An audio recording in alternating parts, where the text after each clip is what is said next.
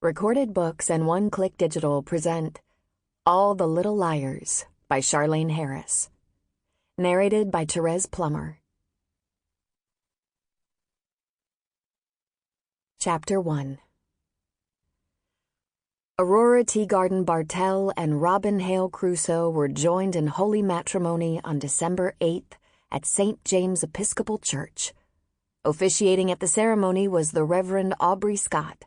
Providing music was Emily Scott. The bride, in an ecru lace dress, carried a bouquet of bronze chrysanthemums. She was attended by Angel Youngblood of Lawrencetown. Mr. Crusoe was attended by his friend Jeff Abbott of Austin, Texas. Following their honeymoon in Savannah and Charleston, the couple will reside in Lawrencetown. The bride is employed by the Lawrencetown Public Library. The groom is a noted fiction writer. Ms. Teagarden and Mr. Crusoe request that in lieu of gifts, well-wishers make donations to the Salvation Army or the Sparling County Animal Shelter. They only made one mistake, I said, reaching over to the butter dish. I applied butter liberally to my scone. Yum. I had gotten crumbs on my bathrobe sleeve, and I shook it off over my plate. This was a good morning. I was keeping everything down. What's that? Oh, the Bartell, said Robin. He was reading the Atlanta paper, which made the local paper seem pretty puny. Robin looked like he was about to commute to work, in khakis and a long-sleeved shirt. In Robin's case, that meant he'd walk from the kitchen to his study. I guess they wanted to establish your status as a twice-married woman. I'd never taken my first husband's name. We'd been married 3 years before I'd become a widow.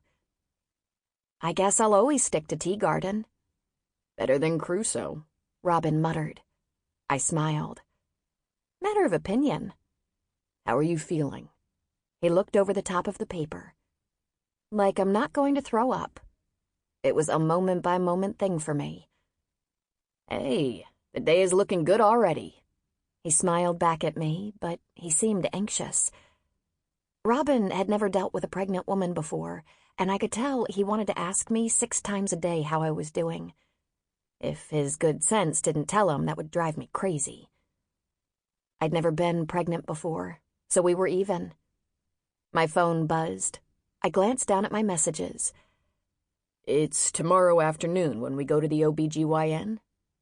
Robin knew that, but he had to double-check. And if we don't like her, we're going to look elsewhere, right? Absolutely, I said firmly. We're going to Catherine Garrison to check her out. Listen, I just got a message from her office. She had a cancellation. I can get in this afternoon. I was pretty excited. I gave my new husband a thumbs-up gesture. She comes highly recommended. By whom? Robin was nothing if not suspicious. Since he was a mystery writer, that came naturally. Melinda used her for both pregnancies, and she said Dr. Garrison was great. Angel went to Dr. Garrison, too. Melinda was my stepsister-in-law, and Angel had been my bridesmaid. They were both sensible women. Define great. Robin was all about the information. I raised my hand so I could bend the fingers down as I ticked off points. She took all Melinda's worries seriously. She took enough time at each appointment to make sure Melinda knew what was going on with the baby. Angel said she was low-key and calm.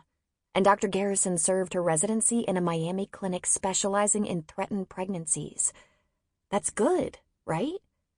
I'm not a young mother, especially to be having a first child. I made an effort to sound matter-of-fact, rather than scared. Honey, you're gonna be fine, he said. It's so important that we both trust this doctor. I don't want you to have a moment's worry.